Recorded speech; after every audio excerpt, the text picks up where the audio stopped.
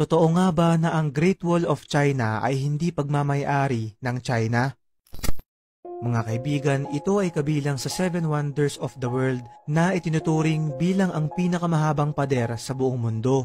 Alam nyo ba na may isang teorya na nagsasabing hindi China ang tunay na may gawa at nagmamay-ari nito, kundi ang Tartarian Empire, isang lumang sibilisasyon na nabura sa ating kasaysayan na pinaniniwalaang located sa pagitan ng Siberia at northern part ng China kung saan rin matatagpuan ang Great Wall.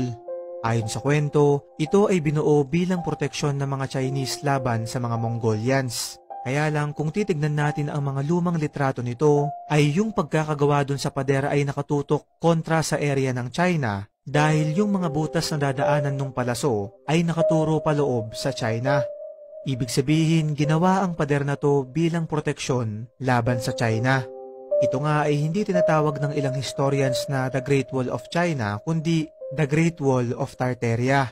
Napakaluma na ng kwentong to dating back 4th century at magmula noon ay katakatakang unti-unting nirenovate ng Chinese government yung gusali hanggang 17th century at nilagyan ng magkabila ang butas yung mga pader upang makaiwas sa kontrobersyal. Ikaw kaibigan, ano ang masasabi mo tungkol dito?